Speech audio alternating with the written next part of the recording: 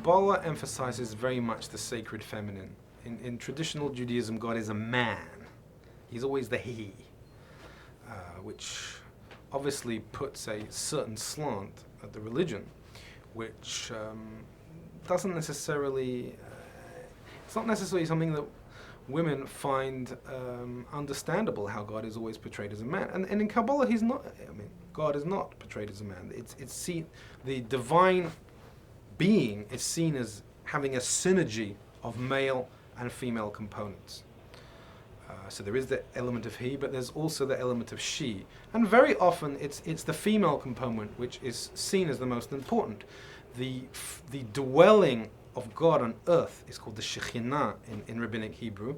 And in Kabbalistic wisdom, this is seen as the purpose of all our ritual observance and all our activities, to imbue the Shekhinah with energy. Our focus is on the feminine manifestation of the divine. Of the 10 Sefirot, the 10 fundamental building energies of the universe, the last of all of them is Malchut, which is a feminine energy, which might sound deprecating to women at first glance because it's the last that's the lowest, but that's not the case, because implementation in Judaism is not a religion where we just hang on a mountain and meditate. Implementation is considered to be the greatest virtue, especially when it comes to spirituality, because spirituality is so hard to implement, and women are seen as particularly talented in that area. And there's also a messianic idea. It says that when we reach the New Age, the final era, this lowest Sephirah Malchut will invert and become the highest, and therefore the feminine energy will reign supreme. And Kabbalists, the Rebbe spoke about this, how the contemporary feminist movement is a pre-taste of this, of returning women to a position of reversing that hierarchy and destroying it, putting women of a central role in society and in spirituality. And another point which I'd like to say about this topic is that, connected to what I mentioned right at the beginning, is that Chassidic wisdom is about dismantling hierarchies and understanding the world as a system. Everything is interdependent.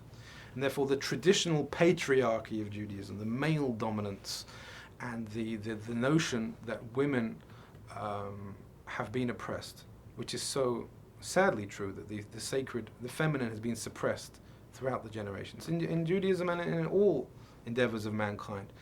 This shouldn't be reversed by creating another hierarchy where women are higher than men, because then it just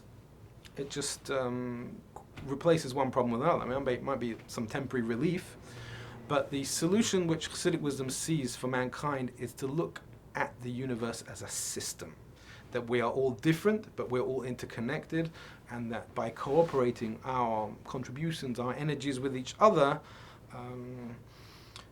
then perfection can be achieved, then the goal can be achieved. So there's a lot of work to do with women, in raising the profile of women in Judaism, in raising the profile of women in society through Kabbalistic wisdom, and there's a lot of potential there to correct that. Wow. Can you talk more about that? How Kabbalistic wisdom can raise the profile of women in society? Because men. Start with the sentence. Kabbalah has the potential to. How Kabbalah has the potential to raise the profile of women in society is because it's really men that need correcting. Men need to get more in touch with their feminine side.